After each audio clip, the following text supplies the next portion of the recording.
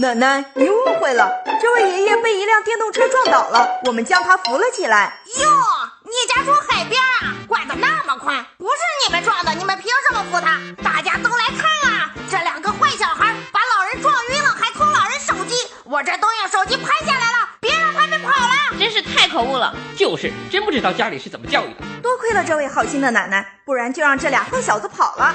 老头儿，就是他俩撞了你，我替你看着他们呢，没跑了。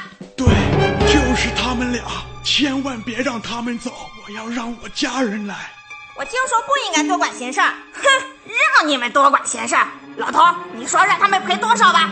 孩子，等我家人来，一定要好好谢谢你们，多亏了你们把我扶起来，不像有些人只顾拍照袖手旁观。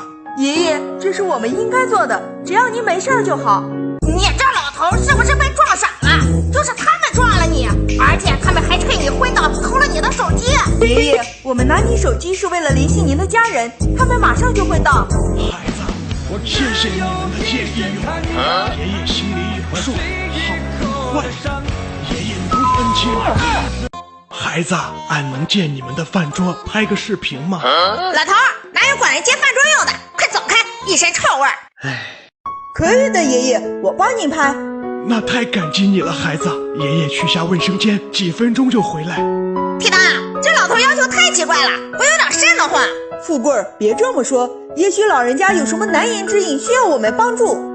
孩子，可以给俺拍了。儿子，你放心，爸可好了，你给俺订的蛋糕俺收到了，爸没亏待自己，特意点了这么一大桌子菜，你就放心吧，在外工作啊，自己要注意安全。好了，不说了，再不吃啊，这菜都凉了。孩子，真是太谢谢你们了，俺不爱吃甜的，这蛋糕啊，就给你们吃吧。啊，你自己一个人过生日啊？爷爷，今天也是我这个朋友的生日，你能留下来跟我们一起过生日吗？啊，屁灯，我生日不是过完？啊，对，今天是我生日，爷爷您这蛋糕拿得太及时了，您就留下来和我们一起过生日吧。爷爷，祝你生日快乐！快许个愿吧。好孩子，爷爷不傻，谢谢你们了。俺第一个愿望，祝好心人身体健康；第二个愿望，儿子工作顺利；这第三个愿望，希望儿子明年能陪我一起过70岁的生日。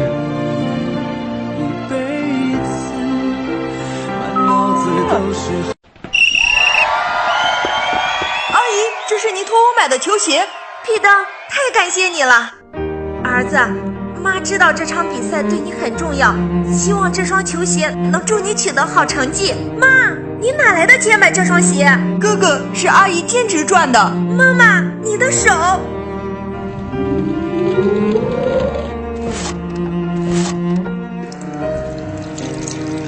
比赛快要开始了，快穿上吧。妈，这鞋真舒服，你就瞧好吧。哟，你扫大街的妈终于给你捡到新球鞋了。你说什么？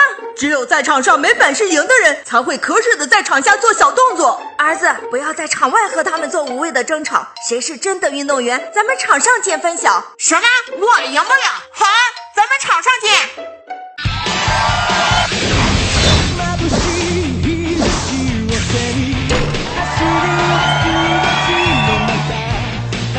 世界上的一切光荣和骄傲